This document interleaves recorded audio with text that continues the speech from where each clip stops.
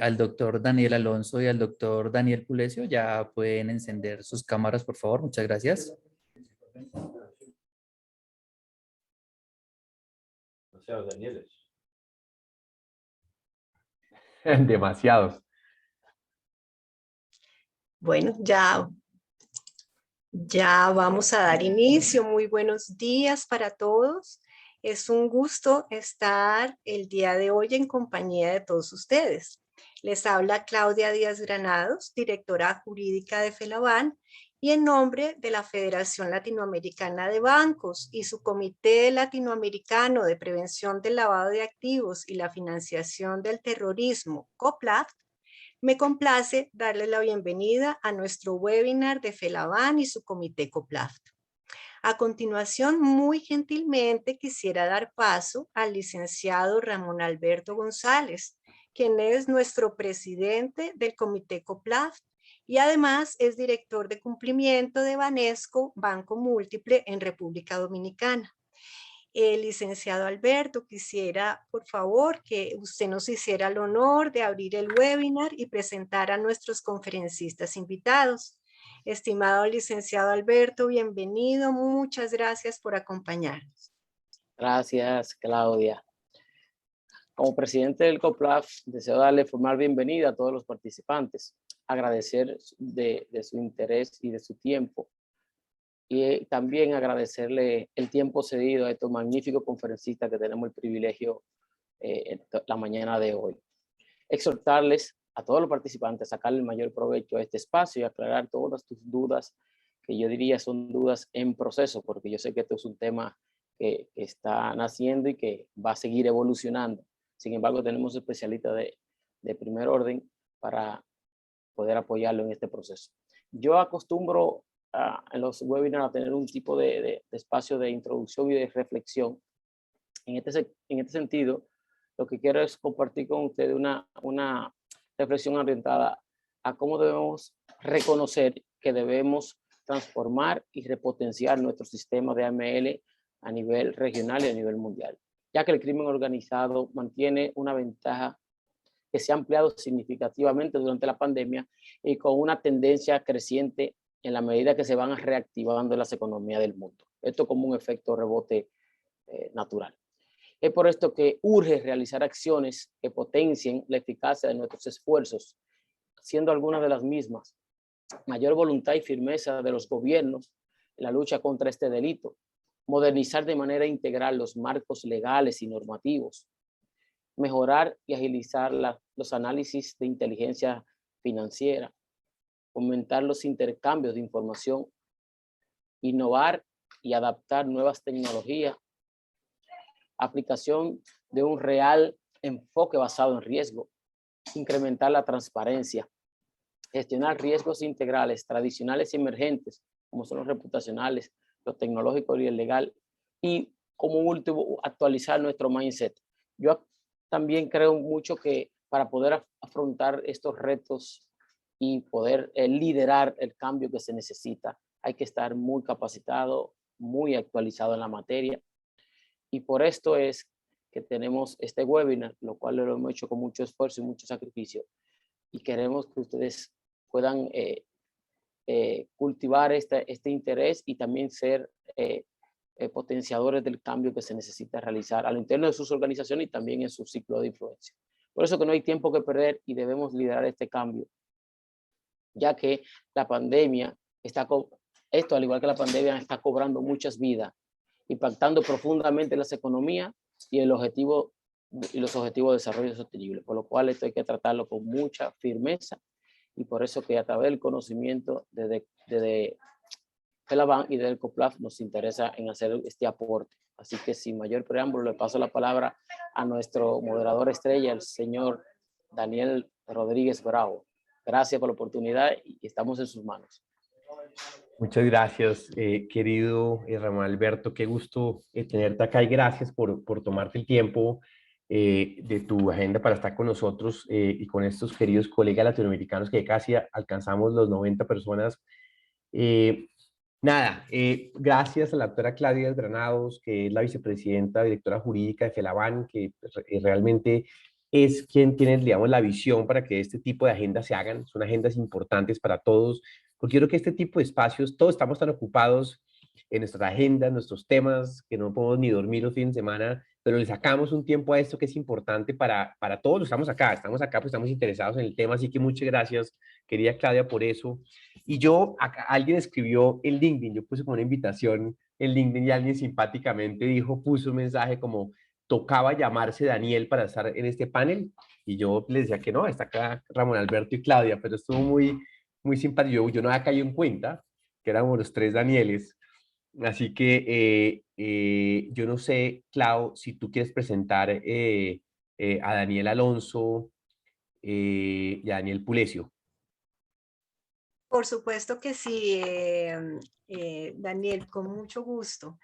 Em, el señor Daniel Alonso es socio del estudio jurídico Buckley en Nueva York. Su práctica se centra en la representación de empresas e individuos en investigaciones gubernamentales, investigaciones internas, litigios civiles complejos y en general en asuntos relacionados a compliance, anticorrupción, prevención de lavado de activos y sanciones económicas internacionales impuestas por el gobierno de Estados Unidos y por otras autoridades.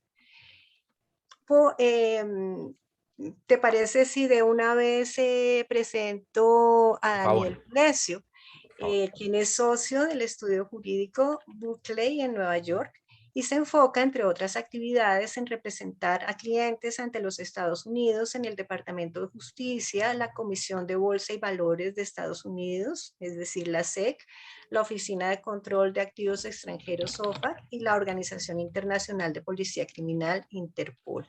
Este es un resumen pues bastante corto de unas hojas de vida bastante interesantes y nutridas, pero pues en razón del tiempo las resumimos de esta manera. Muchas gracias. Yo les diría en suma que si alguien en esta reunión de 90 personas algún día tiene algún tema de compliance en Estados Unidos que requiera realmente, o que hay, digamos, pero que requiera realmente personas que sepan de esto, que realmente son expertos reconocidos en sus mercados, que realmente, digamos, sus pares, porque yo estoy metido en este mundo hace 20 años y creo que iba a Washington antes de la pandemia 7 u 8 veces al año estos temas porque estoy metido en todos los temas y quieren a alguien que sea respetado por sus pares, por las autoridades. Acá tienen ustedes con Daniel Alonso y Daniel Pulesio dos profesionales de primer nivel. Y yo creo que es lo más importante. Uno acá no puede estar con personas de la banca, ahora pensando en fútbol. Y entonces Daniel Alonso, socio de Buckley, y Daniel Pulesio, socio de Greenberg & Trarick. Qué felicidad tenerlos acá, queridos amigos. Gracias a todos. Yo quisiera tal vez comenzar con lo siguiente. Yo diría que cuando uno ve, o sea, muchas gracias a todos los asistentes, además. Gracias por además que esperaron, estaba previsto a las 15 en fin, pero qué bueno tenerlos acá.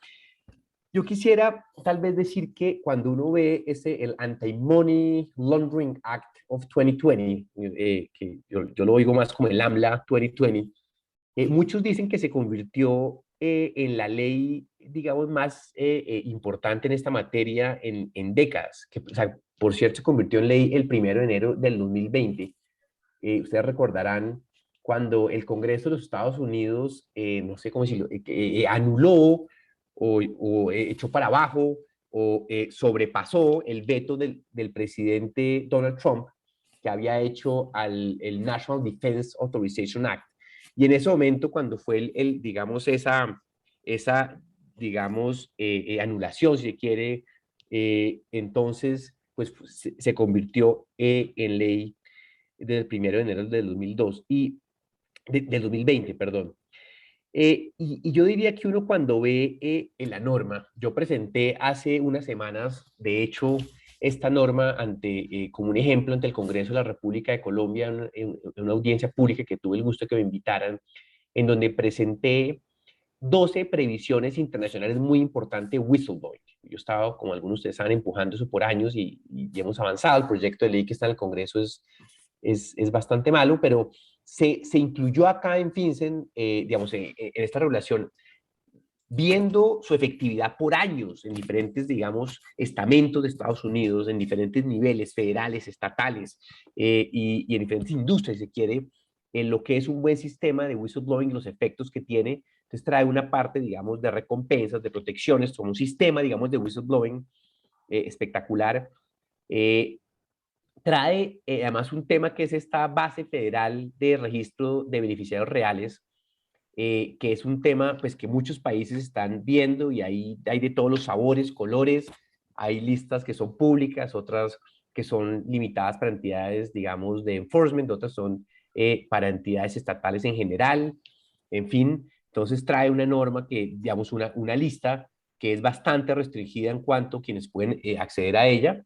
Y recuerden ustedes que estas normas no dejan de lado las obligaciones tradicionales de los bancos que llevan décadas, de hecho, más de 100 años, por cierto, muy, digamos, muy estructuradas desde el principio del siglo XX, de la obligación de los bancos de conocer sus clientes. Y conocer sus clientes supone conocer sus beneficiarios finales, pero esto, digamos, no quita ni modifica esa obligación, solamente se establece como una fuente que tiene que, digamos, cumplir sus obligaciones para nutrirla y adicionalmente una fuente de consulta limitada para ciertos agentes.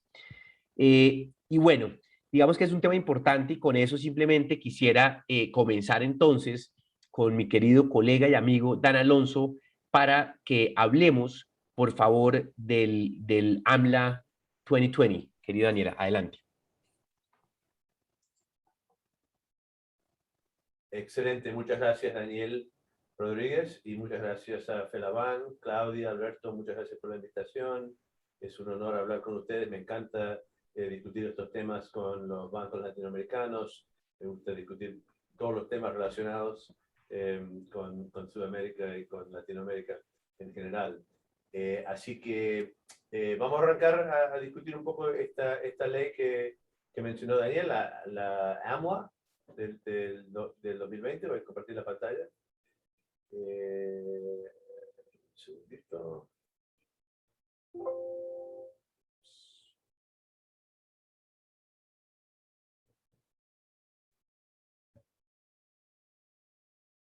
Okay. Ya la vemos. A ver, perfecto. Okay.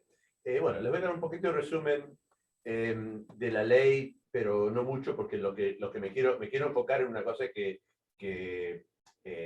mis amigos en Latinoamérica me dicen que ha sido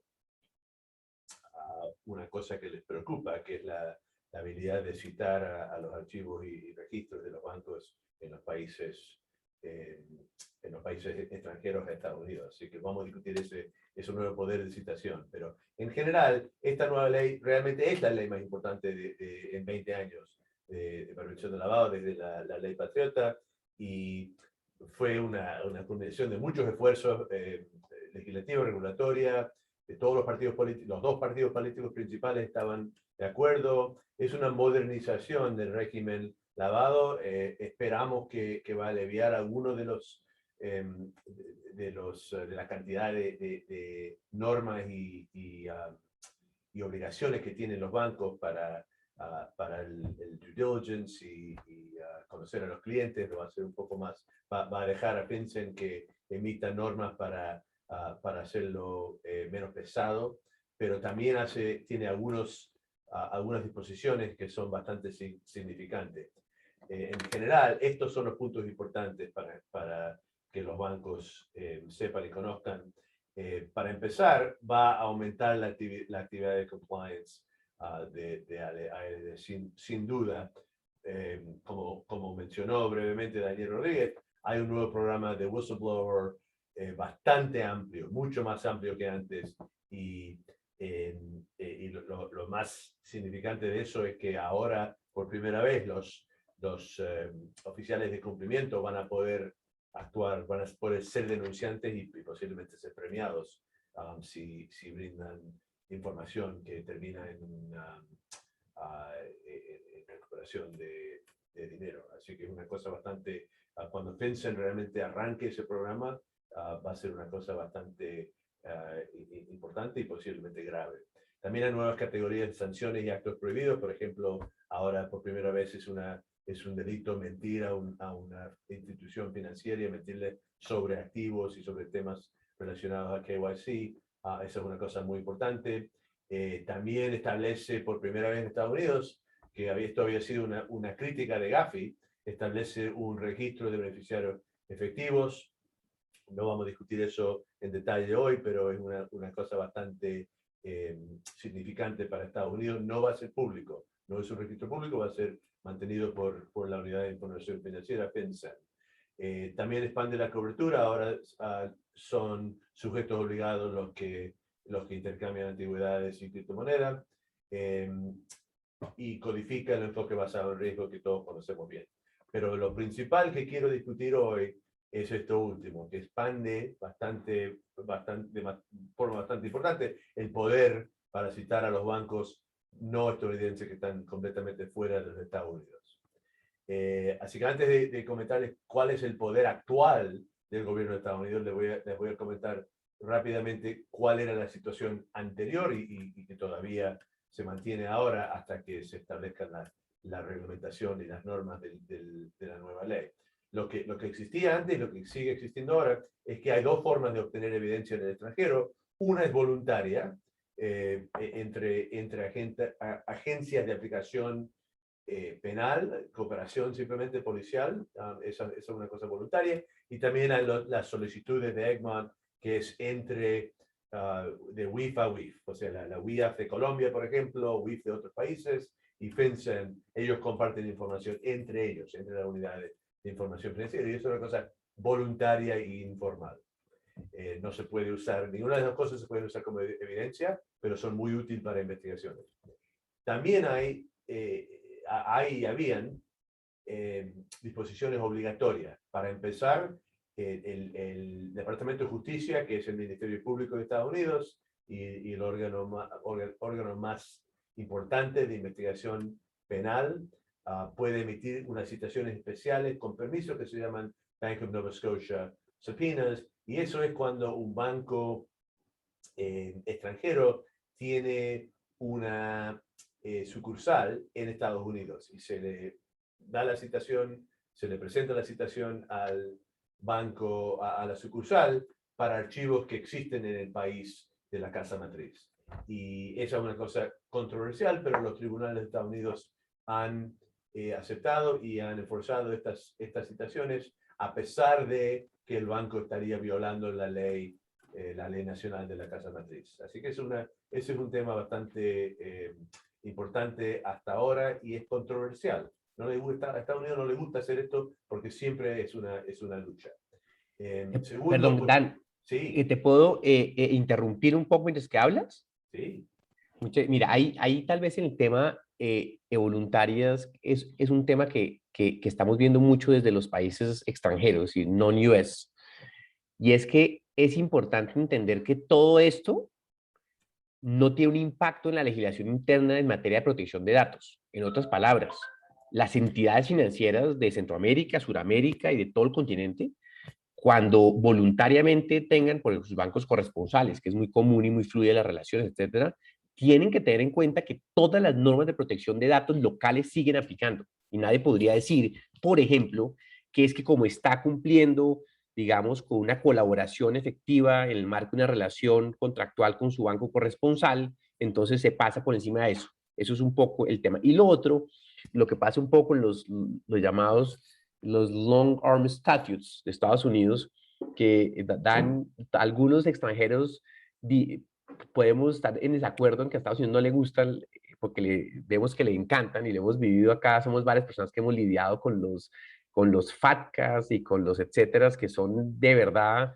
extraterritoriales, pero digamos que ha habido, y acá quería preguntarte, algunas discusiones desde el principio, además, desde que antes de que estuviera en efecto, que digamos una buena parte empezó el 1 de enero de 2021 y ha ido, digamos, por parte aplicándose sobre, digamos, la validez de estas citaciones especiales frente a regulaciones extranjeras. Pero perdona por interrumpirte, es para un poco ir dinamitando el panel. Es un tema muy importante y como verás, es un tema muy importante para AMLA, para esta nueva situación que voy a discutir en unos minutos, porque cuando uno le presenta una solicitud a un tribunal acá en Estados Unidos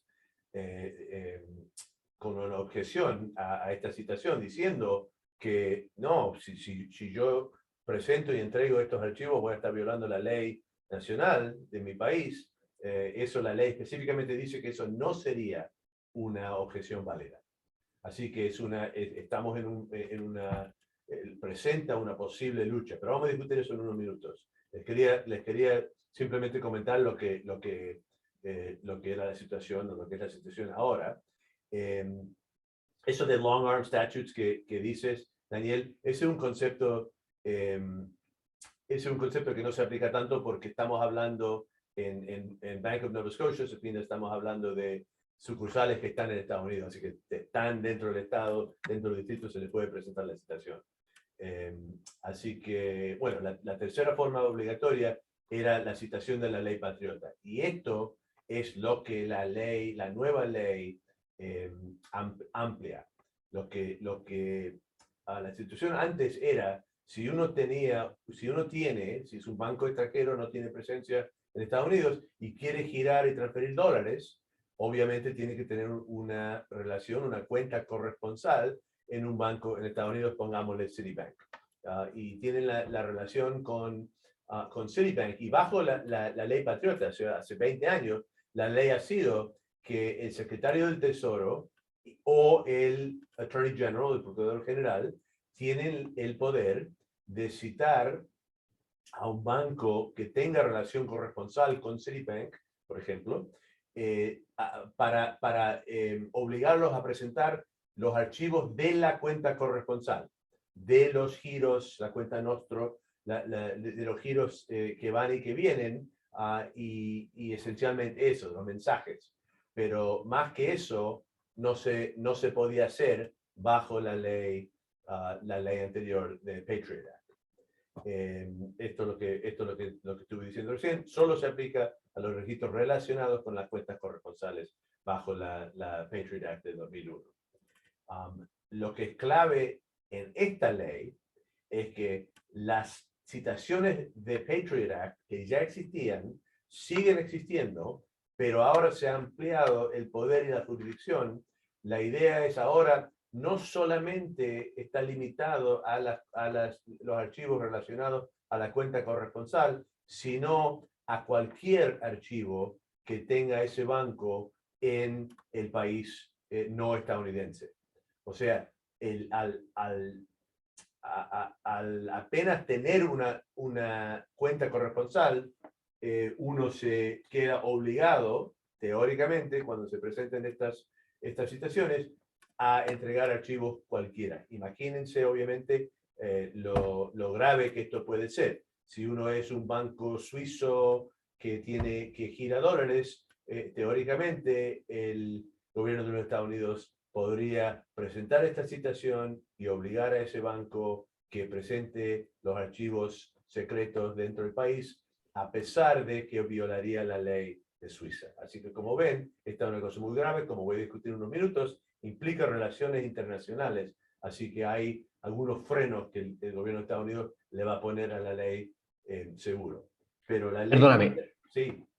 Sí, algo muy rápido. Sí, digamos, se hace una citación bajo esta nueva norma al Banco de Colombia, Bancolombia, o Banco de Bogotá, o Scotiabank Colombia, o cualquiera de los bancos en Colombia, y le dicen que entregue todas las operaciones que ha realizado el señor Daniel Rodríguez Bravo, o una persona jurídica en Colombia que es cuentaviente de ellos en Colombia, incluyendo transaccionalidad, información de saldos, todo, digamos, terceros con quien trans, etcétera. ¿Esa información la puede pedir? La puede pedir. Hasta ahora esto no ha sucedido todavía porque no han emitido las normas todavía, solamente tenemos el estatuto, la ley, pero sí, bajo lo que dice esto, sí, no solo que lo pueden pedir, pero pueden obligar al Banco de Colombia que no divulgue la existencia de esa citación a ninguna otra persona o grupo, incluyendo teóricamente al regulador. O sea, esto va a terminar en litigio. Yo estoy esperando el primer caso. Me encantaría ver cuando sucede esto, qué podemos hacer frente al tribunal, y en unos minutos les voy a dar alguna sugerencia de cómo se puede poner una objeción. Pero en general, la ley es súper amplia y exactamente lo que tú dijiste se puede exigir. Y no solo se puede exigir, pero tienen 7 días para cumplir, y si no cumplen, el corresponsal tiene 10 días después que lo notifican para cortar la relación corresponsal. Así que eso a veces es un castigo mucho peor que una multa, por ejemplo. Hay simplemente, si quieres devolverte un segundo, hay unas preguntas en el chat acá que son muy importantes, y el tema sancionatorio, porque una de las cosas que trajo esta norma y que es relativamente novedosa es el tema sancionatorio. Además, ahí, por ejemplo, o sea, con los temas de información, por ejemplo, hay sanciones importantes por, digamos, violar temas de información, pero también hay sanciones importantes por no cumplir. ¿Qué pasa acá? Esta pregunta, están preguntando en el chat que es público, dice, se cita a un banco extranjero, a Bancolombia o a un banco en México o en Brasil o Chile, y el banco no cumple y dice, no, la información del señor Daniel Rodríguez es confidencial por temas de secreto bancario, no podemos entregar esa información. ¿Qué pasa? Bueno, para empezar, el banco puede hacer una de dos cosas en 7 días o menos. Una de tres cosas realmente. Una es cumplir, otra es no cumplir, y la tercera es presentarle una solicitud a un tribunal federal. Vamos a hablar de esas tres cosas. Si uno cumple, obviamente el gobierno de Estados Unidos no tiene ningún problema, tal vez el gobierno nacional tendría problema, pero si uno no cumple, acá están las multas y consecuencias. Para empezar, la multa por incumplimiento es de $50,000 por día, y se puede satisfacer utilizando los fondos que están acá en Estados Unidos en la cuenta corresponsal. Si uno divulga, que tiene la obligación de no divulgar, es una multa de $250,000. Pero más importante que todo eso, yo pienso, y hemos estado escuchando de algunos clientes, que el problema más grave es obviamente la terminación de la relación corresponsal, porque un banco importante que no puede girar dólares termina realmente siendo un banco. Así que es una cosa muy grave. Y otra cosa más es que el corresponsal, si estamos hablando de Citi, obviamente Citi es un banco importante de Estados Unidos y global, y no va a querer no cumplir con esto. Así que puede ser castigado Citi, pero más importante, no va a querer violar la ley de Estados Unidos. Así que los corresponsales van a tener la obligación de terminar la relación si no interviene el tribunal. Y ahí, cuando dices incumplimiento del requisito de no divulgación, si quieres devuélvete una, por favor. ¿A qué incumplimiento del requisito de no divulgar? ¿A qué te refieres? Es una obligación de no divulgar que existe esta citación. Obviamente se le puede divulgar al directorio, a los asesores jurídicos, etcétera. Pero también lo que va a pasar en términos prácticos, pienso yo, no ha pasado todavía, pero en términos prácticos, es que va a haber una discusión entre el banco y el gobierno de Estados Unidos, el que haya emitido la citación, probablemente el Departamento de Justicia, y lo primero que van a pedir los bancos es, tenemos que divulgar esto a nuestro regulador. Y yo pienso, hay algunos reguladores en los cuales Estados Unidos no confía, así que es posible que digan que no, pero va a ser una negociación, y seguro que va a ser un parte de la conversación tenerla con el regulador del país fuera de Espadados Unidos. Claro, así ya que, entiendo. Ya pero sin permiso no se puede divulgar, ese es el tema. No, ¿Okay? espectacular. Ahora, y ahí se un tema muy importante. Cuando Daniel hablaba del tema de terminar la relación de corresponsalía, hay un caso muy importante, ya vamos a hablar con Dani Pulesio, un caso muy importante en Colombia de OFAC, en el cual se presentó, es muy importante, Dan Alonso se presentó como argumento. Yo era, además en ese momento, esto es público, abogado del Banco Bogotá, que era una de las partes que estaba en ese caso. Se le obligó digamos, al Banco de Bogotá firmar unos contratos con grupos de droga a la rebaja, que eran las personas que están en lista OFAC. Y entonces el banco se negó, ellos iniciaron acciones constitucionales, unas acciones de tutela, el juez de tutela ordenó firmar contratos con ellos a todos los bancos, el juez de segunda instancia los obligó, y ante la Corte Constitucional los bancos presentaron un argumento que es, si se quiere, voy a decir lo que no es jurídico, es fáctico, y es que dijeron que la sola circunstancia de que se les pudiera terminar el contrato de corresponsalía con sus bancos en Nueva York ponía en riesgo el sistema financiero colombiano y la viabilidad misma de esos bancos, que no es un argumento de derecho, o sea, eso no, es decir, o sea, van a terminarte, pero no estás incumpliendo ninguna norma, no es que dijera, es que si me haces, incumplo, no, o sea, no incumplo nada. Designated sanction en inglés no es obligatorio para nosotros, pero era un tema es tan importante que ya, y la Corte Constitucional colombiana, para poner un ejemplo, estableció que esa circunstancia de hecho, que no es de derecho, que un tercero por normas extranjeras decidiera, era suficiente para que una entidad financiera se negara a seguir con relaciones con esas personas. Entonces, es muy importante, pero por favor, adelante. No, gracias por eso.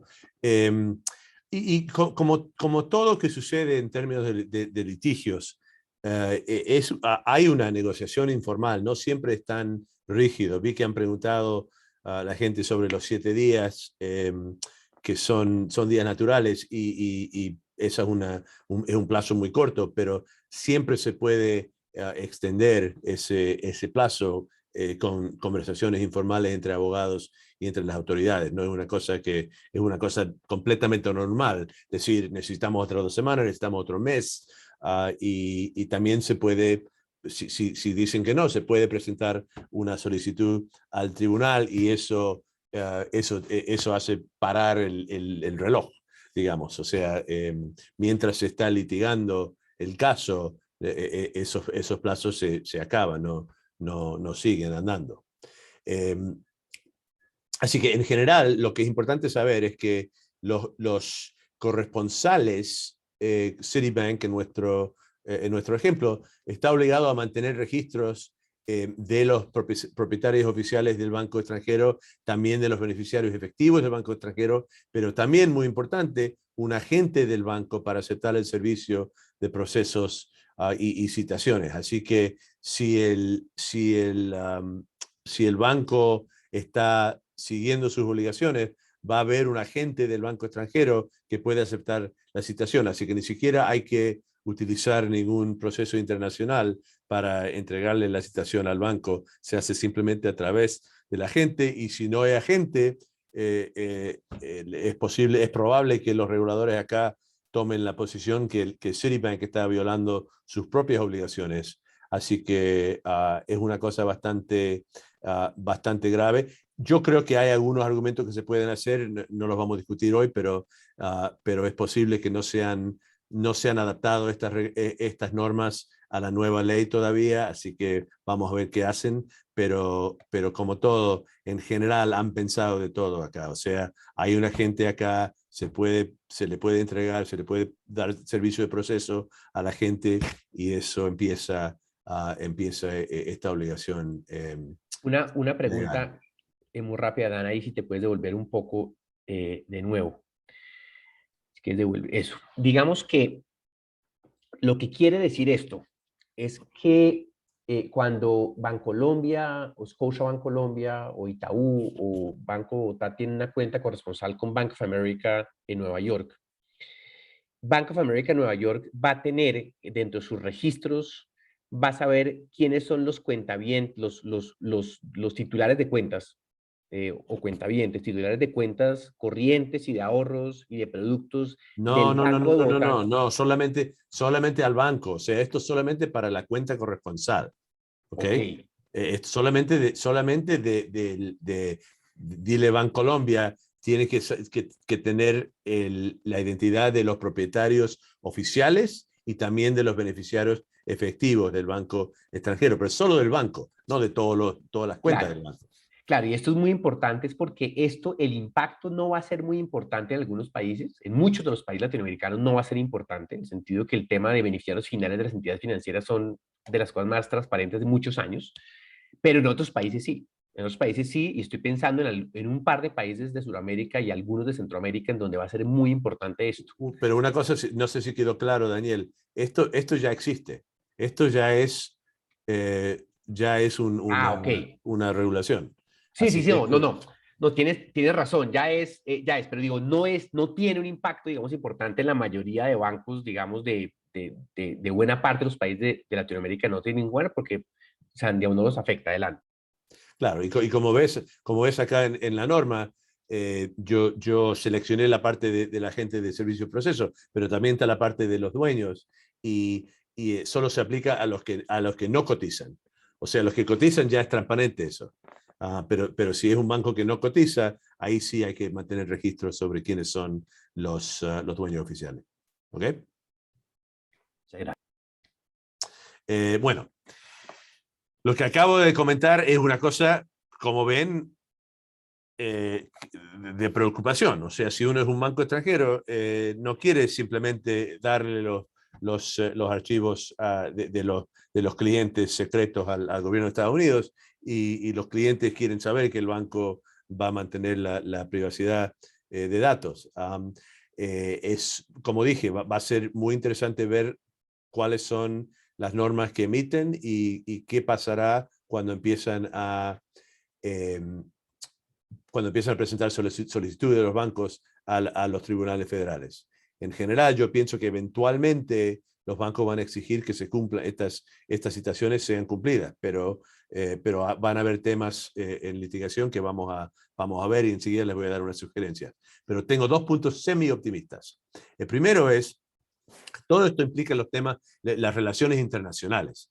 Así que otras partes del gobierno de Estados Unidos, no solo los que son fiscales, los que son WIF, los que quieren encontrar la información bancaria, los reguladores, no es solo eso. También esto implica al Departamento de Estado, al Ministerio de Relaciones Exteriores de Estados Unidos. Y ellos quieren mantener buenas relaciones con los países. Así que casi seguro que esto ni siquiera va a ser un tema para los países que tienen buenas relaciones con Estados Unidos y más importante que eso, buena colaboración internacional entre agencias de aplicación.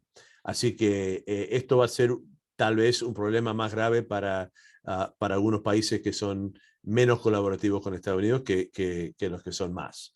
Y también ahora actualmente hay un procedimiento bastante difícil. O sea, si uno quiere emitir la actual citación de la Patriot Act, requiere la aprobación por escrito de la Oficina de Asuntos Internacionales del Departamento de Justicia, que es una agencia burocrática que va a revisar y va a consultar con el Departamento de Estado. Así que seguro que cuando esta nueva ley se implemente con reglamentación, vamos a ver que van a haber procedimientos de este tipo también. Así que eso es, como dije, semi-optimista, no 100% optimista, pero semi-optimista. Y el otro punto, semi-optimista, es que las citaciones actuales, que son más limitadas, solo para las cuentas corresponsales, en la medida que sabemos, que conocemos de manera pública que ha salido esto, se han utilizado muy rara vez en 20 años.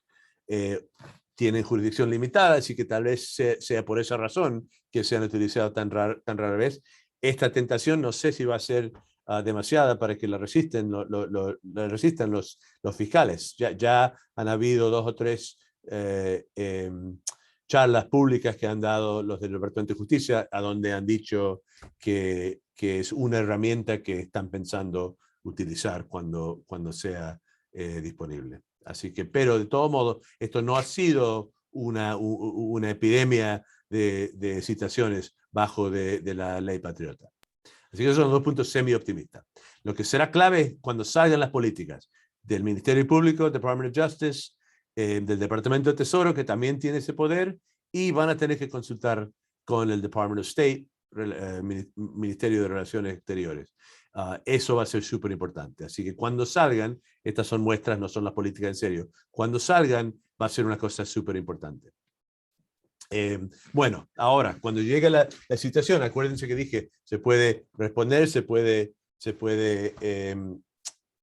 no responder y se puede presentar una solicitud, que en Estados Unidos, en inglés se llama motion to quash. Es una cosa bastante común con citaciones, en citaciones completamente nacionales. Es un procedimiento bien entendido y se le presenta al tribunal. Lamentablemente, como ya comenté brevemente, la ley extranjera no puede ser una base para modificar o negar la citación. Pero sí se pueden hacer y muchas veces los jueces realmente tienen una simpatía para estos argumentos para modificarlas. Cuando son demasiado amplias las citaciones, los jueces a veces están dispuestos a modificar, pero a completamente anularlas, me parece que va a ser difícil, pero no imposible. Cuando empiecen a llegar estas cosas, vamos a empezar a analizarlas y ver cuáles argumentos podemos presentar frente al tribunal. Como dije antes, siempre se puede no responder y eso va a resultar en una solicitud al tribunal para obligar cumplimiento con la citación, que eso es una orden judicial, y también resultará en multas y posiblemente, como dije, la terminación de la relación corresponsal, que eso para algunos bancos es simplemente no aceptable. Y como dije antes, con el tema de divulgación al regulador local, es una cosa que se debe hacer con conversaciones con el Ministerio Público, con permiso, y no simplemente haciéndolo, porque hay otras consecuencias si eso pasa. Así que no son muchas las opciones, pero hay opciones. Y hay 2 o 3 otros temas que les quiero dejar con ustedes. Uno es que, como saben bien ustedes, a veces hay una sucursal en Estados Unidos y la sucursal o un subsidiario en Estados Unidos de un banco extranjero, pero esa sucursal no gira dólares. Ellos tienen, ellos o la casa matriz tienen sus propias cuentas corresponsales porque no han establecido un sistema para hacer giros internacionales sin cuentas corresponsales. Así que puede ser que un banco tenga sucursal en Estados Unidos, pero también tenga la casa matriz en Colombia, pongámosle, y esa casa matriz está girando vía Citi. Eso también va a aplicar a ellos. O sea, no es solamente para los bancos que solamente están radicados fuera de los Estados Unidos. Segundo, cuando estas situaciones eventualmente llegan, es un poco de, no me acuerdo cómo se dice, hint, pero es un pedazo de información bastante importante y es importante que se revisen las políticas internas para que los bancos se aseguren ellos mismos si ellos van a tener alguna responsabilidad penal o civil a las autoridades estadounidenses, y también van a tener que revisar ese cliente, otros clientes similares. Así que cuando uno recibe una de estas situaciones, va a ser muy importante que se trate de manera súper seria. Y también en general, si reciban o no reciban una citación, esta es una posibilidad eventual que los clientes de bancos no estadounidenses van a estar potencialmente abiertos a revisión de las autoridades estadounidenses. Así que es un buen momento, como siempre, para revisar la base de clientes y ver si hay problemas y una potencial de de-risking para algunos clientes, para tratar de evitar problemas en el futuro. Así que bueno, ese es el tema, Daniel. Sé que recibieron algunas otras preguntas. Si tenemos tiempo para eso, Sí. con todo Sí. gusto, pero ya sé que no es buena noticia que les he proporcionado. Danke, muchas gracias. Siempre es un lujo tener. Yo te diría que el histórico de usos de las herramientas o estas, digamos así, sea abajo, no es tan importante y hay que oír tu opinión. Mi sensación es que parte de lo que ha sucedido con esta norma que entrará, digamos, en el tiempo por partes, una parte importante el 1 de enero, pero otra en la medida que haya regulaciones que la desarrollen, etcétera. Pero parte de la sensación que yo tengo es que esta nueva regulación supone un fortalecimiento muy grande de FinCEN y todas las estructuras alrededor de FinCEN para implementarlas. Es decir, en otras palabras, esto ha fortalecido mucho a FinCEN y uno sí esperaría que haya mucha más actividad realmente que lo que había antes. Eso es por un lado. No sé, ¿tú qué opinas? Sin duda. No solamente que ha habilitado más a FinCEN, le ha dado más herramientas, le ha dado más presupuesto, y también le exige creo que es FinCEN, pero por seguro a las autoridades estadounidenses a establecer posiciones en el exterior, o sea, van a tener agentes, Estados Unidos va a tener agentes en todas partes del mundo dedicados a la prevención del lavado de activos. Así que es una extensión del long arm, como dijiste tú, el brazo largo del tío Sam. Por seguro, esto va a fortalecer a todo este aparato de lucha contra lavado de activos. No solo unidad de información financiera, aplicación penal, reguladores, todo. Muchas gracias. Sí. Yo acá tengo un tema en las preguntas que quiero pedirle. Ramón Alberto, excuse, Sí. por favor, adelante, por favor. Tranquilo, tranquilo. Gracias, Daniel Rodríguez. Una pregunta para el señor Daniel Alonso. Algo que quizá de interés para todos los acá presentes. ¿Cuál sería, aunque no ha ocurrido ninguna situación o solicitud actualmente, pero cuál sería el canal? O sea, póngase en el lugar de un banco extranjero, ¿qué canal recibiría esa citación? O sea, ¿la se recibe directo? Sí, es buena pregunta. El Attorney General la firma. La unidad a donde se está llevando a cabo ese caso, esa investigación, sea un fiscal federal en un distrito o más probable sería el Money Laundering and Asset Recovery Section del Departamento de Justicia, que se llama MLARS, Money Laundering and Asset Recovery, y ellos tienen la citación y ahí van al corresponsal y le piden, le exigen la información sobre el agente de servicio de proceso del banco extranjero que están requeridos a mantener. Ese banco tiene 7 días para divulgar a las autoridades esa información. En cuanto esa información le llegue a la unidad que está llevando a cabo la investigación, ahí hacen un servicio de proceso normal, como harían con cualquier otra citación. Ese agente, no sé si estaría, normalmente es un agente profesional de servicio de proceso. Pero eso, la ley actual exige eso. Exacto. Actualmente la agente residente legal es una figura que hoy Sí. todos los bancos extranjeros deben tener en Estados Pero Unidos. es el canal y el agente Es el obviamente canal. se lo manda inmediatamente al banco en el exterior y ahí está cumplido el servicio de proceso según la ley estadounidense.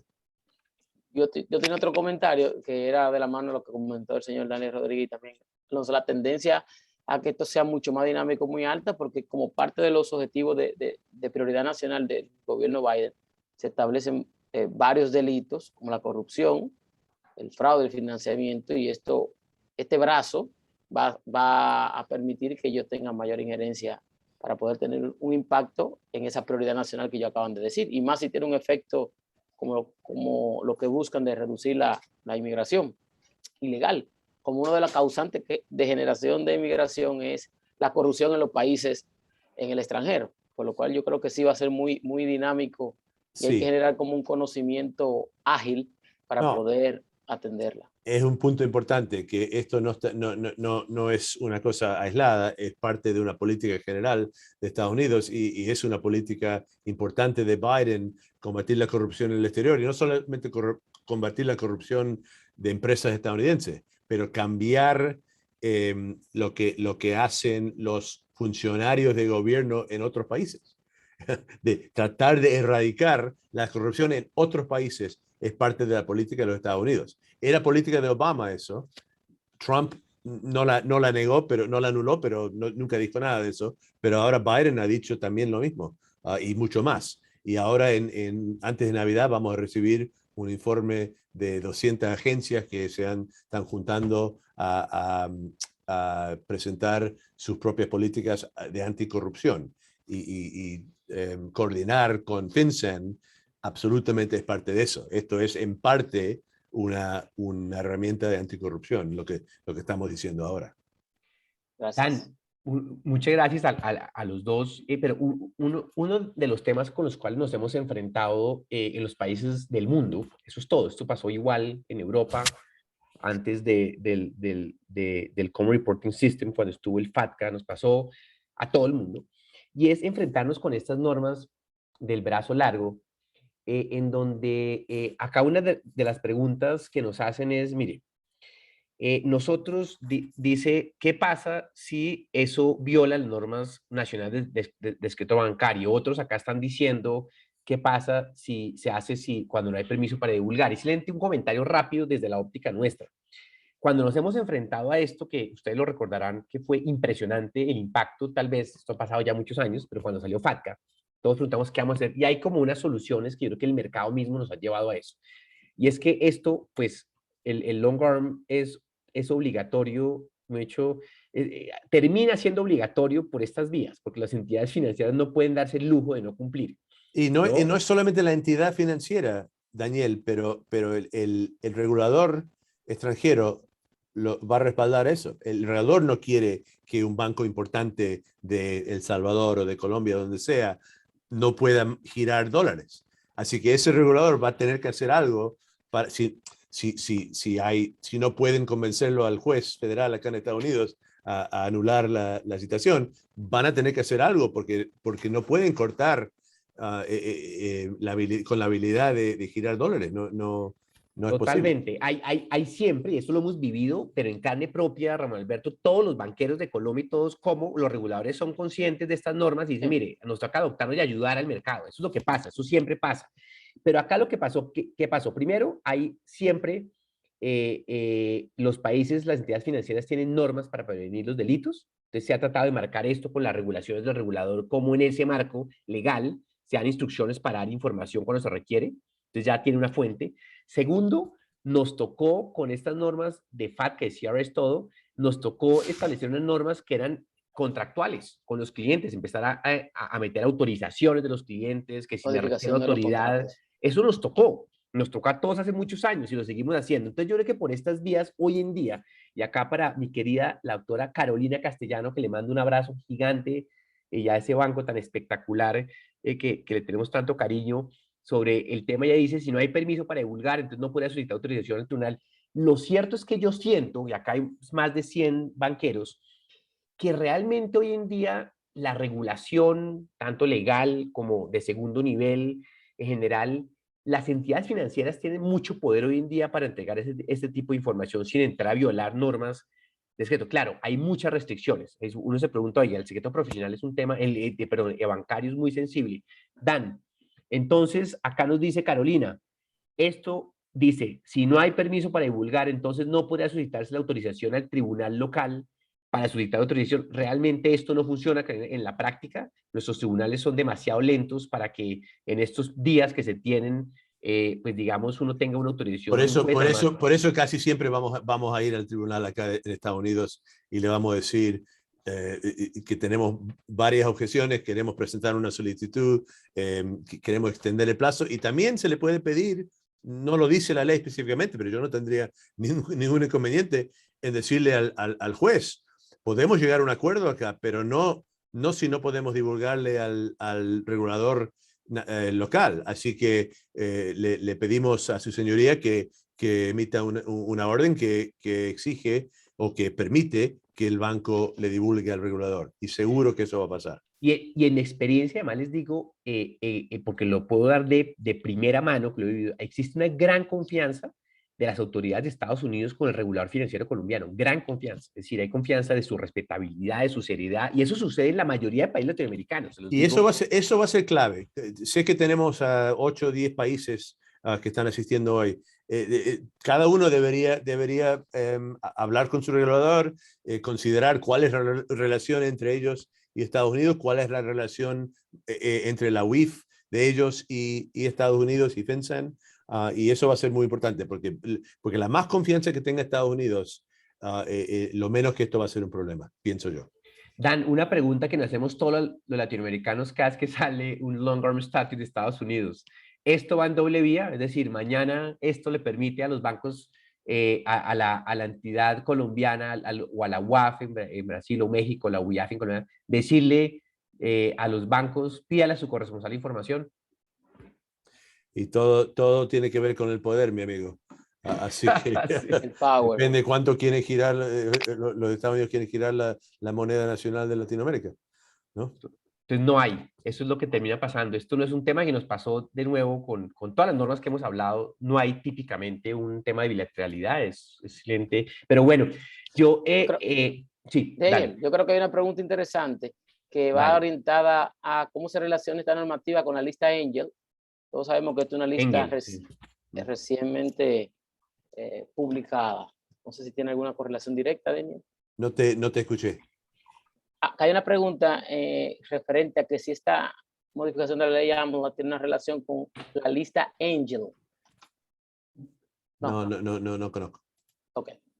Pero sí es bueno que sepan que la lista Angel es una lista que emitió Estados Unidos para controlar el acceso de personas que ellos han enlistado como corruptos en Sudamérica, de personas que han estado relacionadas a actos de corrupción y le han retirado el visado. Es más una forma no de congelar los activos, sino de retirar el visado y estimarlo en una lista que ya actualmente es pública. Tiene alrededor de 30 y pico de nombres. Sí, eso está desde diciembre del año pasado, pero sí, yo creo que esto no tiene, digamos, ninguna relación la una con la otra. Pero es mira, yo lo que voy a hacer es que voy si me lo permite la doctora Claudia y todos, voy como a hacer una recopilación de estas preguntas y voy a mandárselas tal vez a Dan para que si él cree que puede como agruparlas en 2 o 3 temas, que hay cosas que no hemos respondido, se las podemos mandar a los inscritos. Bueno, muy bien. Perfecto, claro que sí, Buenísimo. Daniel. Bueno, muchas gracias. Yo fascinado. Dan, mil gracias por estar con nosotros. ¿No? Nos sentimos muy felices y además que si cualquier banco, cualquiera de los bancos acá, algún día tienen que hacer un filing, una corte sobre este tema, lo primero que tienen que hacer es tomar el teléfono, llamar a Dan Alonso y decirle, ayúdanos para hacer este filing, porque realmente, se los digo honestamente, yo creo que acá hay un tema y es que uno no puede equivocarse con los abogados, pues porque hay de todos los colores y sabores. Yo creo que uno tiene que ir a personas serias, ¿sabes?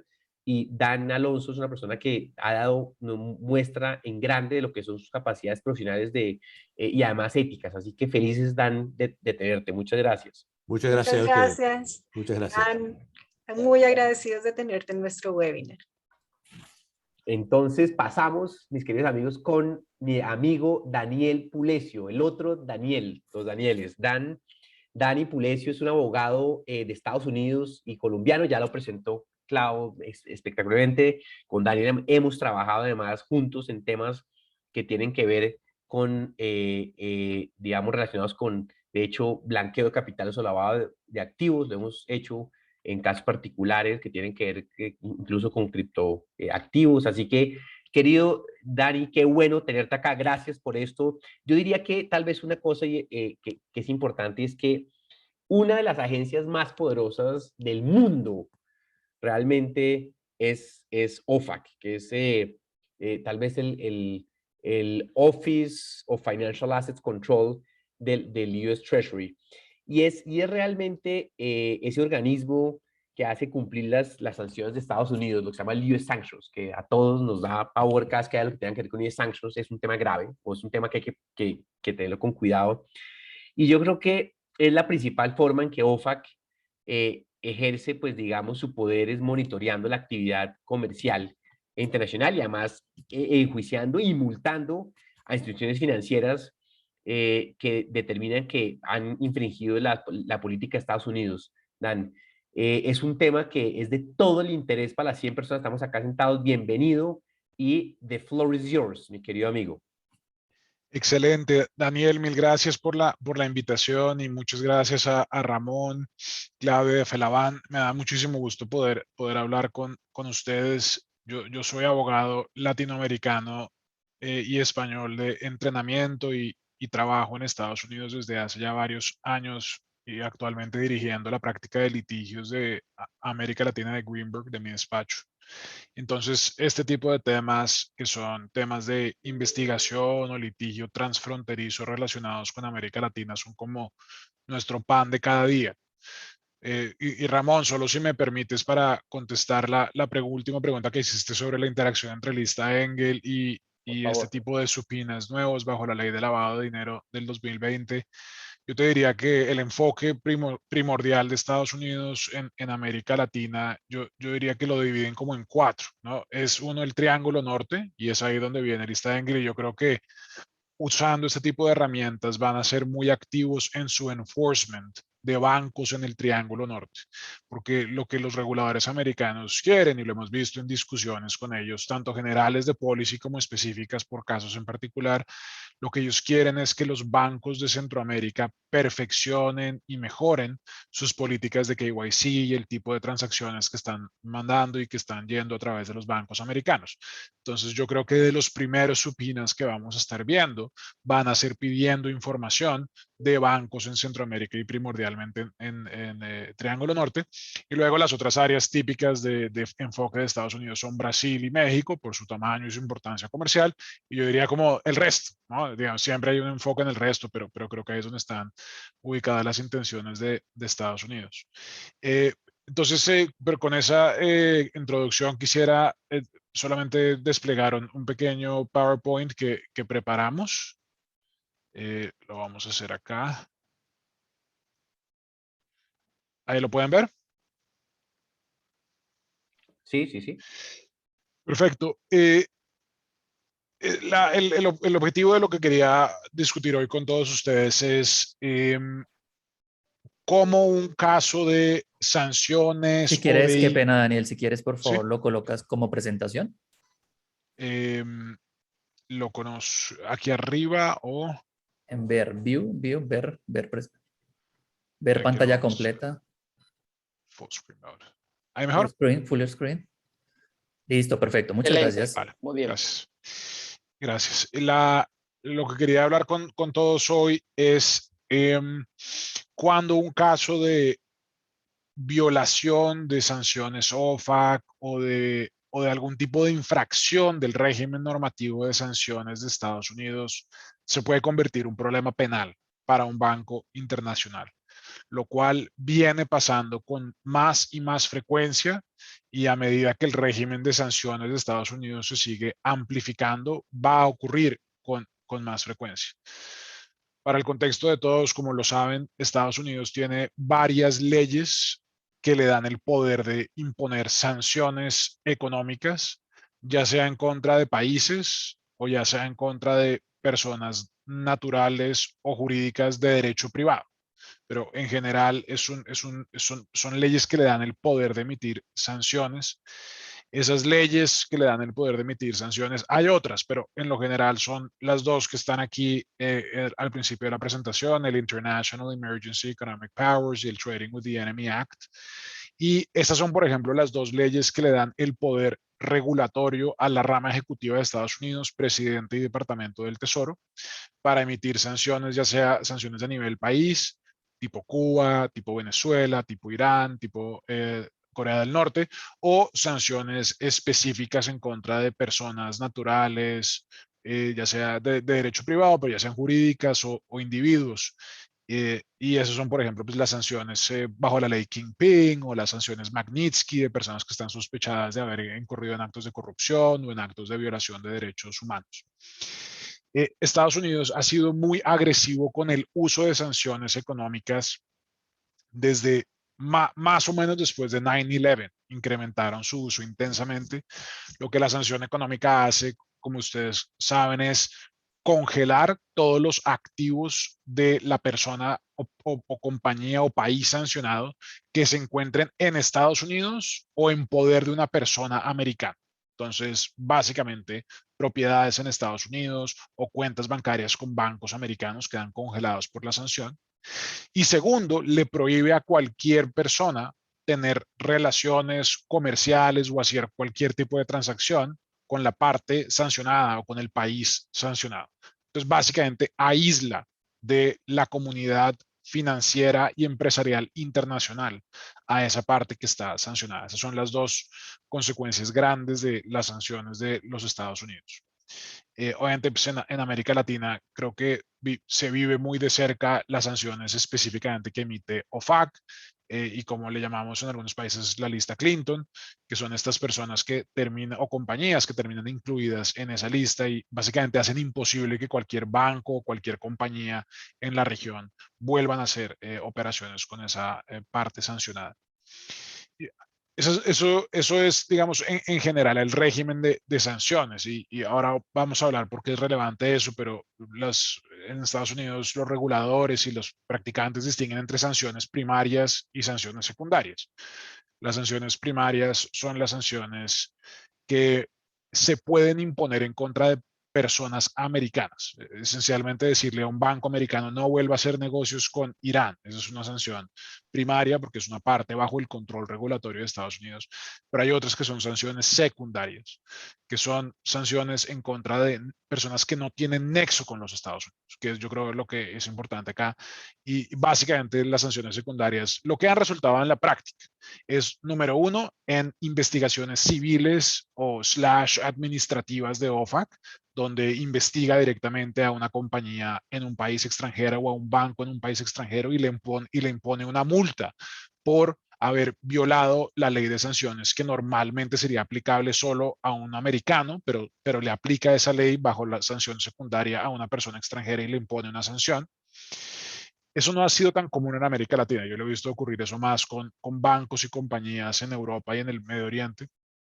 Pero lo segundo que sí he visto más en América Latina es sancionar a una persona extranjera e incluirla en la lista Clinton, en la lista OFAC, por haber hecho transacciones o negocios con una persona que estaba en la lista. Entonces, digamos, yo creo que los casos notables recientes de la región son el caso de la familia Rosenthal en Honduras, que básicamente fue sancionada en sus dos personas de la familia relacionadas con los negocios, y la compañía holding, que era dueña de todo el grupo en Honduras, fueron sancionados e incluidos en la lista OFAC como sanción secundaria por supuestamente haber hecho negocios o transacciones con algunas partes que habían sido designadas desde antes en la lista Clinton. Y el otro es el de la familia Waquet en Panamá. Creo que son los dos ejemplos recientes más notables de sanciones secundarias relacionados con América Latina. Eso solo para dar un poco el contexto de sanciones, y pues yo creo que todo el mundo acá sabe cuáles son el tipo de políticas de compliance que se deben tener para no entrar en transacciones con personas sancionadas por OFAC. Yo creo que hoy en día OFAC lo ha hecho muy fácil porque su propia página de internet tiene unos archivos DAT, Excel, que alimenta casi diariamente, que los bancos pueden jalar con un script, meterlo en su sistema de compliance, y se vuelve en la práctica es imposible que un banco con un sistema de compliance, aunque sea mínimo, haga una transacción con alguien de OFAC. Inmediatamente su filtro de compliance y de KYC lo va a coger, así que creo que eso es más o menos común. Donde creo que hay mucha creatividad hoy en día de los reguladores y de los enforcers, de los fiscales americanos, es en crear casos penales en contra de bancos internacionales por supuestamente haber ayudado de alguna forma a que hubiera una violación de la ley de sanciones. Entonces, básicamente, bancos que tienen cuentas para personas que están ellas violando el régimen de sanciones, o bancos que procesan transacciones que tienen el propósito último de violar el régimen de sanciones. Entonces, yo diría ahí, solo para el contexto normativo de todos los delitos aplicables, es un delito específico del International Emergency Economic Powers, que está en el artículo 1705, que específicamente hace un delito intencionalmente o voluntariamente violar cualquier régimen de sanciones que se haya emitido bajo esta ley.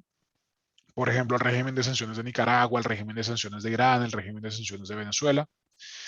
El Trading with the Enemy Act, que es la ley anterior al IEPA, básicamente lo mismo, tiene un artículo específico que es el 4315, que hace delito voluntariamente o intencionalmente violar regímenes de sanciones emitidos al amparo de esta ley. Por ejemplo, el régimen de sanciones de Cuba fue emitido bajo Trading with the Enemy. Y los otros delitos que los fiscales americanos están usando es conspiración, que es el artículo 371, es el delito general que prohíbe cualquier tipo de conspiración para violar una ley de los Estados Unidos o para violar una ley que pueda afectar los intereses del gobierno americano. Fraude bancario, que es básicamente decirle mentiras a un banco. Y lavado de dinero, que es hacer cualquier transacción, ya sea para cometer un delito o con recursos o bienes que son producto de un delito.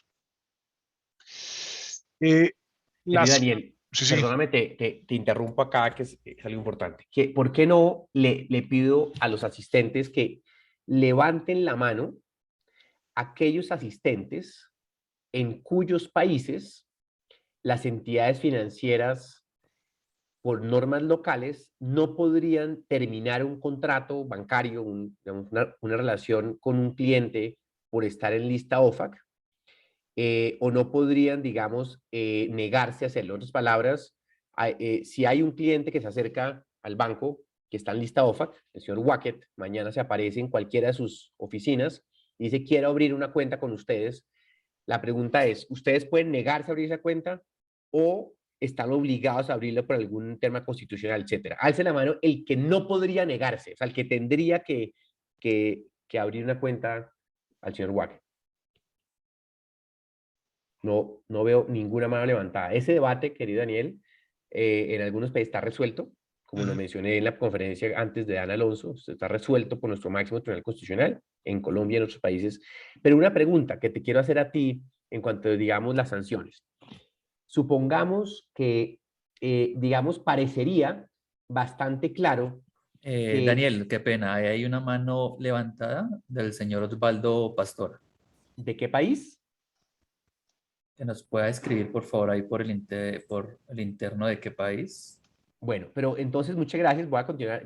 Hay un país que dice que básicamente no, digamos, tendría que vincularse, pero hay, digamos, alguna, digamos, mayoría muy importante de países en los cuales las entidades financieras pueden, ahí está diciendo que es de Nicaragua, que pueden negarse a continuar relaciones o a establecer relaciones con una compañía que está en lista OFAC, por esta aquí, ¿ok? La pregunta es, ¿qué pasa, digamos, respecto de, o sea, bajo el régimen, digamos, de sanciones, si una compañía que no tiene ningún contacto con Estados Unidos, imagínense ustedes la compañía de venta de artículos de aseo en Colombia, ¿no? Que quiere celebrar un contrato con una compañía que está en OFAC. O sea, el señor Wackett se acerca y dice, yo quiero arrendarle un inmueble, para poner un ejemplo público. Además, yo tengo un conflicto, pues en ese caso particular un conflicto, pero no solo, sino temas, digamos, que son públicos. Y entonces la pregunta es, la circunstancia de que una persona colombiana, peruana, mexicana, de Brasil, que tenga una relación contractual con un designado, con alguien que ha sido incluido ahí, en esa lista de designados, ¿constituye alguna violación del régimen? Sí, es ahí donde entran lo que se llaman las sanciones secundarias. Lo que el gobierno de Estados Unidos ha estado interpretando es que una persona extranjera que tiene una relación comercial con una persona sancionada le está prestando, entre comillas, material assistance, le está dando una asistencia material o le está ayudando por hacer negocios con esa persona, y que eso le puede resultar en la imposición de una sanción secundaria. La sanción secundaria es que esa persona termina añadida ella misma a la lista de sanciones, a la lista Clinton, básicamente. Muchas gracias. Digamos, si le va bien, si le va mal, termina acusada penalmente bajo estas normas. Muchas gracias. Y hay las posibles condenas para una persona natural. Las posibles condenas por esto son cárcel y demás. Para una persona jurídica es privación de dominio, o sea, tener que sacrificar bienes o recursos que resultaron de esa actividad o de ese negocio, de esa transacción específica, y pago de multas. Y ahora vamos a ver unos ejemplos concretos.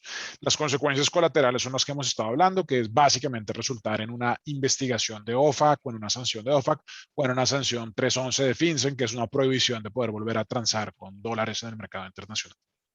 Entonces quería darles algunos ejemplos notables, solo para ponerle, digamos, nombre y apellido en carne y hueso, cómo funciona este tema de que una posible violación OFAC se convierta en un tema penal. Société Générale en el 2018, uno de los bancos más grandes del mundo, basado en Europa, durante la década de 2000 a 2010 aproximadamente, a través de una de sus sucursales en América Latina y en Estados Unidos, estaba dándole préstamos a personas o compañías localizadas en Cuba. y como tal prohibidas bajo el régimen del Trading with the Enemy Act.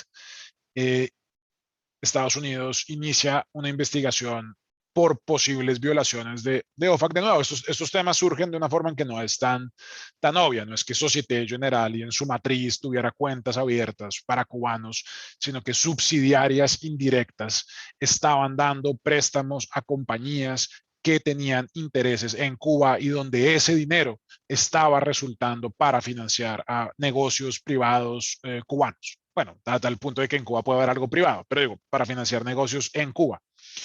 Y el resultado de esa investigación es una multa de, bueno, una combinación de multa y extinción de dominio, pero en total un pago de Société Générale de más o menos 1.3 billones de dólares y Société Générale básicamente declarándose culpable de haber cometido los delitos que acabamos de describir y de tener que entrar en un acuerdo con el gobierno americano de mejorar su programa de compliance, de mejorar su sistema antisanciones por un periodo de tiempo para poder terminar el caso. Se llama un DPA o un Deferred Prosecution Agreement, como un acuerdo de colaboración prorrogado en el tiempo.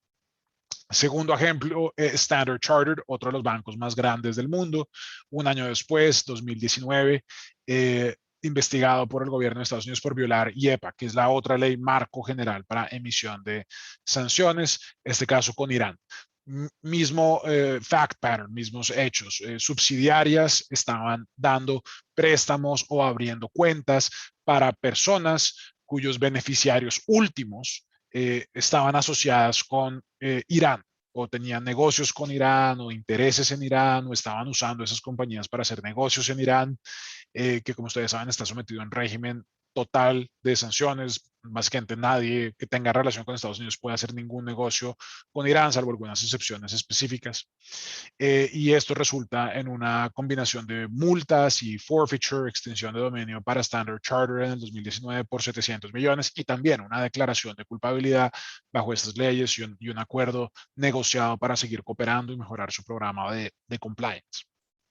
Tercer ejemplo concreto, Halkbank. Halkbank es un banco que pertenece indirectamente al gobierno de Turquía y la acusación del gobierno de Estados Unidos es que Halkbank estaba abriendo cuentas bancarias o prestando servicios de brokerage, de corretaje y comisión para personas que últimamente lo que querían hacer era o recibir dinero que provenía de Irán o enviar dinero de regreso a Irán.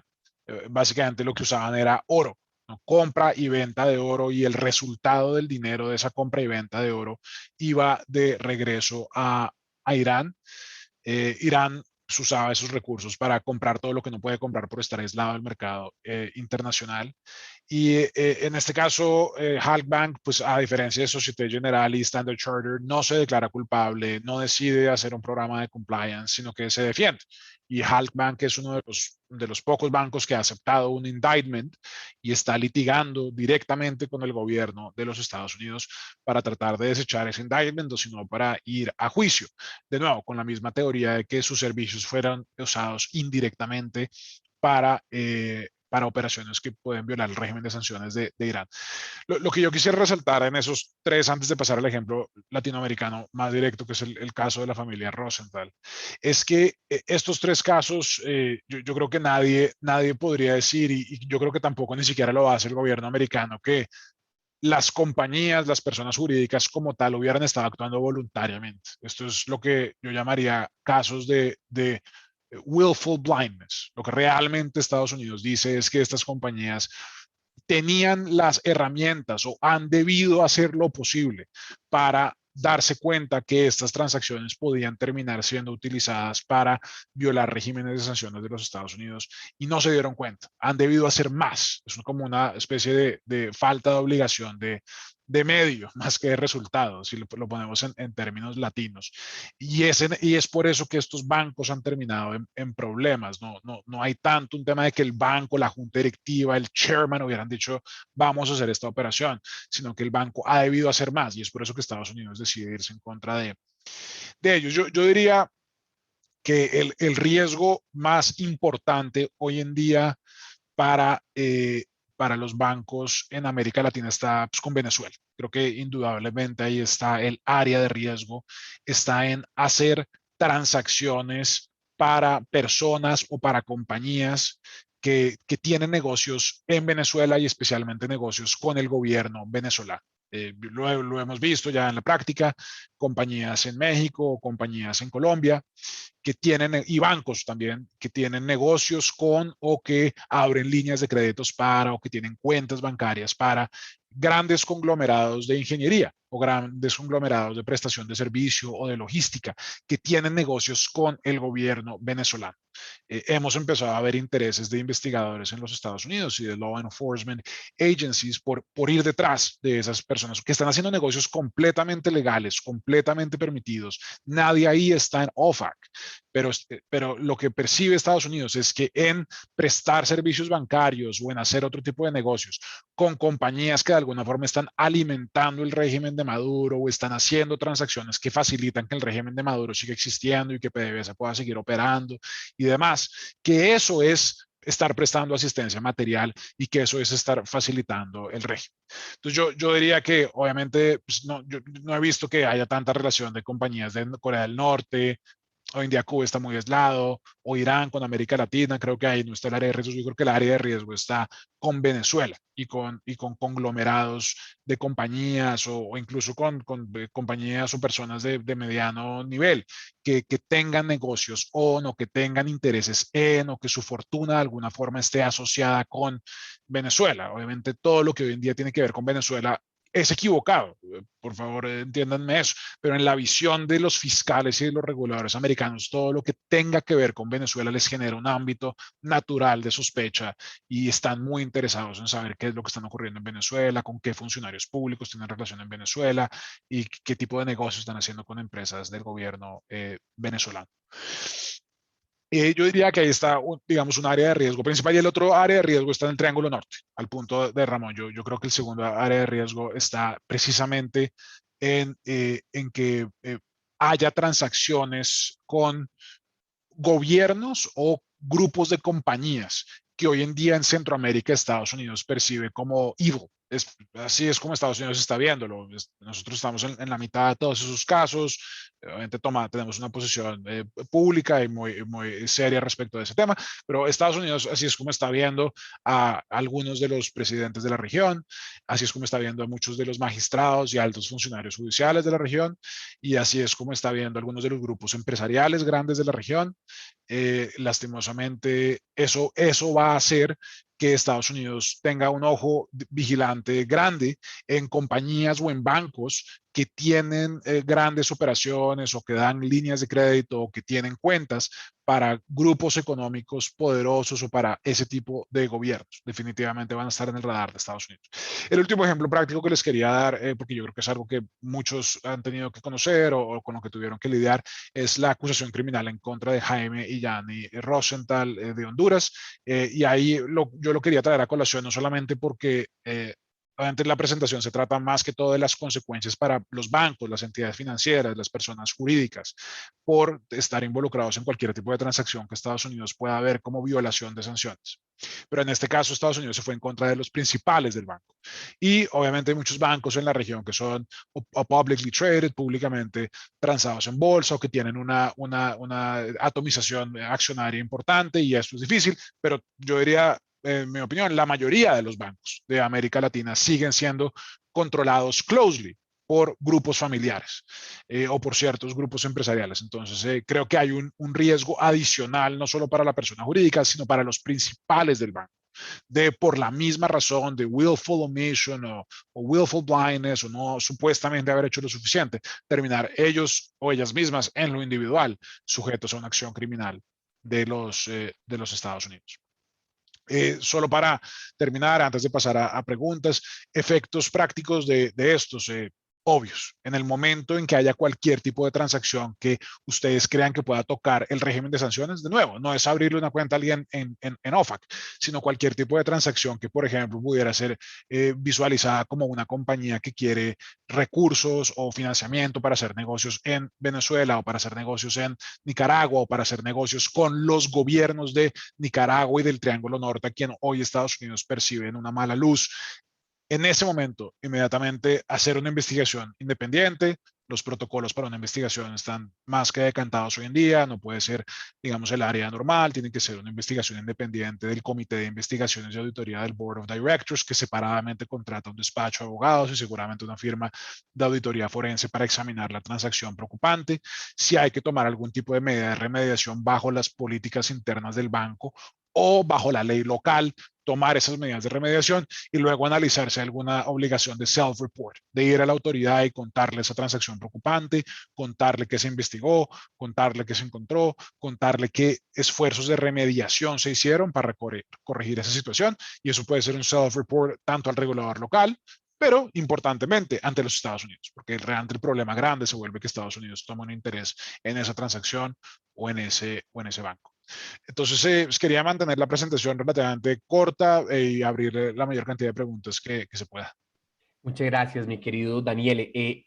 Nos pasamos 5 minutos del tiempo y gracias a todos por su tiempo, pero yo sí, tal vez digamos, ahí tuvo un debate espectacular en el chat sobre el tema de la obligación o no.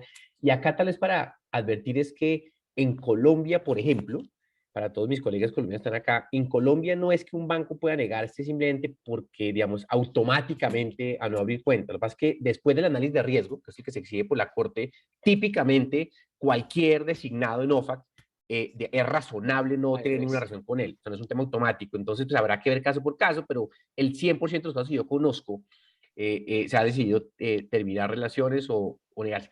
Y acá hay un tema muy importante para Daniel. En un caso muy delicado, el que tuve la oportunidad de ser abogado de los bancos colombianos, hubo algunas discusiones con el regulador y en unas acciones en donde, digamos, no era clara la vía de determinar unos prepagos y unas relaciones con unos designados. Y ahí fue muy útil las conversaciones cercanas que tuvimos, de hecho, con los funcionarios de OFAC. Y el Departamento de Tesoro. O sea, fue muy importante. Casi que yo, después de esa experiencia, mi conclusión ha sido que siempre las entidades financieras latinoamericanas que se encuentran en situaciones grises o ante aprietos porque tienen que, por alguna razón, terminan vinculados con una, no sé, una compañía designada o alguien que esté en Irán o qué sé yo, o por una fusión o por un tema, por cualquier cosa, ustedes, digamos, sienten que hay la posibilidad de tener un acompañamiento. Si uno llama Daniel Pulesio, necesitamos tener un acercamiento con los funcionarios del departamento para el tema de OFAC para que contarles y decirles, mire, es que queremos que sepan que es que nos están obligando a hacer esto, terminamos con un cuentaviente, un cuentacorrentista que está en esto. Para mí fue esencial ese acompañamiento. ¿Tú cómo lo ves? Sí, yo creo que OFAC, tanto OFAC como FinCEN se han vuelto excelentes, y a cierto nivel también el Departamento de Justicia se han vuelto excelentes en, digamos, en entender que pues, el mundo no funciona igual dentro de Estados Unidos, afuera de Estados Unidos. Se han vuelto excepcionalmente comprensivos en atender correos electrónicos, en atender llamadas y en poder dar lo que aquí llamaríamos como un soft guidance, ¿no? Decir, mira, te quiero contar de este tema, te quiero contar de esta transacción, si esto es lo que estoy haciendo para evitar cualquier riesgo, si tú tienes algún tipo de pregunta adicional o de riesgo adicional, dinos, por favor, ¿no? Y entonces ahí a veces no te van a... Ellos no están en el negocio de dar consejos gratis, no te van a decir, sí, está bien, haz la transacción, pero a veces no te dicen nada. Eso es una señal de que pues, lo que les contaste y la solución que les diste no les molesta. Le llamaríamos allá en América Latina silencio administrativo negativo. De alguna forma eso. Tú vas a OFAC, le cuentas un problema a OFAC, OFAC no te dice nada, no ve problemática la transacción de la que le estás contando. Eso es una especie de soft guidance, de decirte, it's okay, continue, go ahead.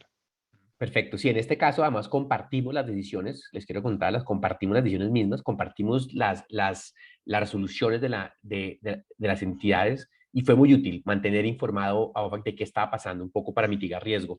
Querido Ramón Alberto, tú que eres un experto que además te ha tocado vivirlo desde adentro, que además eres experto en temas de FATCA, que lo has vivido, que ya hoy en día, oye, FATCA ya es como piece of cake, ¿no? Pero se cuando nos vuelve tocó arrancar era una locura.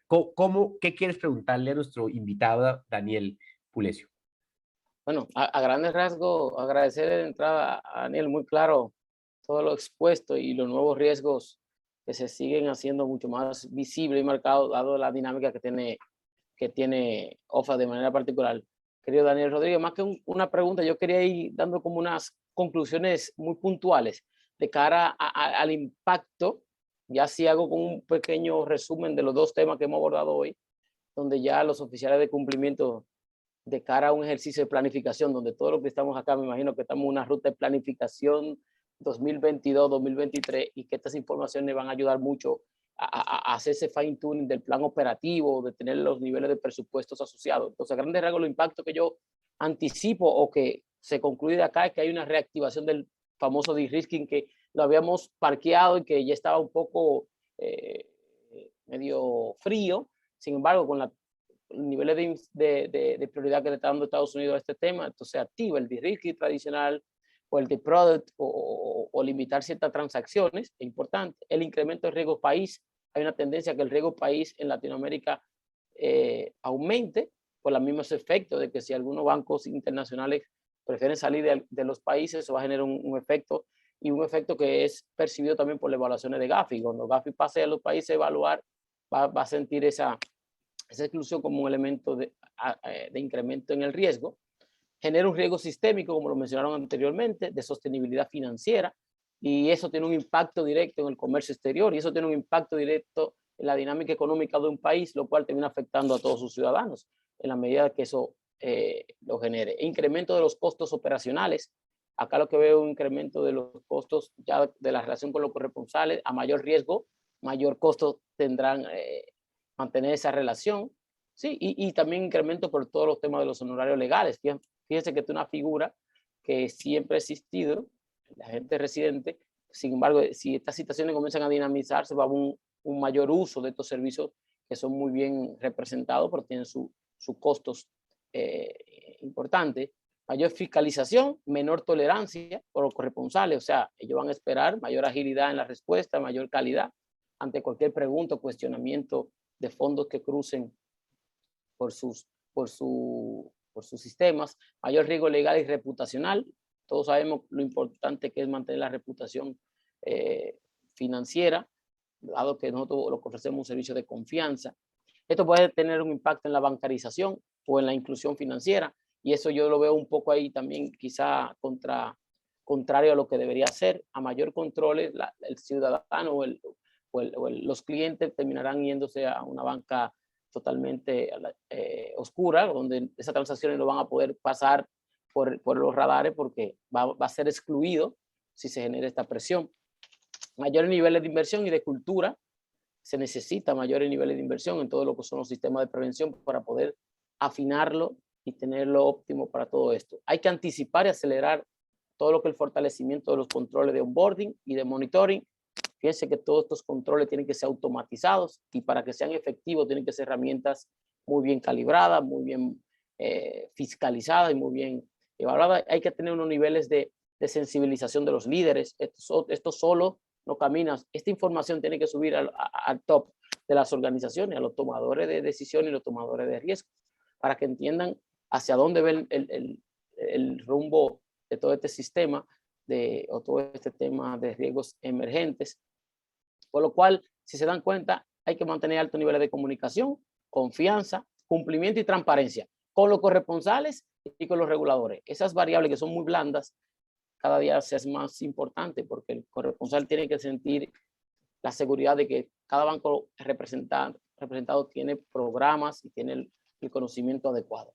Por lo cual es, como siempre he dicho, un horizonte bien volátil, incierto, cambiante y ambiguo. Y en ese contexto nosotros tenemos que saber hacer negocios seguros y responsables, porque no podemos detenernos, sino adaptarnos y poner los controles pertinentes. Por lo cual ese era como un poco de resumen, Claudia. No sé si cubrí todo o señor Daniel, pero de verdad muy claro las informaciones del señor Daniel y el señor Alonso. Y gracias de verdad por su tiempo. No, cubriste absolutamente todo, estimado Alberto. Muchas gracias por ese interesantísimo corolario. Pues yo creo que ya llegamos al límite de nuestro tiempo. Así es. Agradecemos entonces muchísimo a nuestros conferencistas, estupendo, a nuestro moderador, por supuesto a nuestro presidente del Comité COPLAF, bajo cuyo liderazgo podemos llevar a cabo este tipo de iniciativas, al Comité COPLAF también por todo su apoyo, por toda su colaboración, por todo su gestión en este tipo de actividades relacionadas con la prevención del lavado de activos y la financiación del terrorismo. Muchas gracias de nuevo, Alberto. De verdad que sin tu liderazgo estas iniciativas serían imposibles. Muchas gracias a todos los Danieles que nos acompañaron el día de hoy. Estupendas presentaciones, estupenda moderación, muy interesante para todos los asistentes. Y bueno, los esperamos en una próxima oportunidad. No sé si quieras, Ramón, algunas palabras de finalización o bueno, o ya. De verdad, gracias a todos por su tiempo, por el interés, por permanecer todo este tiempo acá. Eso habla mucho del nivel de compromiso de todos los profesionales que tenemos en estos temas y en la región. Así que esto no es para detenerse, esto es para continuar, pero con mucho más eficacia, porque lo demanda. Muchas gracias a todos, de verdad, a Felaban espectacular como siempre. Gracias por seguir liderando en la América Latina estos temas de opinión. Un abrazo a todos, mil gracias. Muchísimas gracias a ti, Daniel. Gracias. Muy amable. Y a todo, el otro Daniel, a todos los Gracias. Daniel. Muchas gracias, que estén muy bien. Hasta una próxima oportunidad.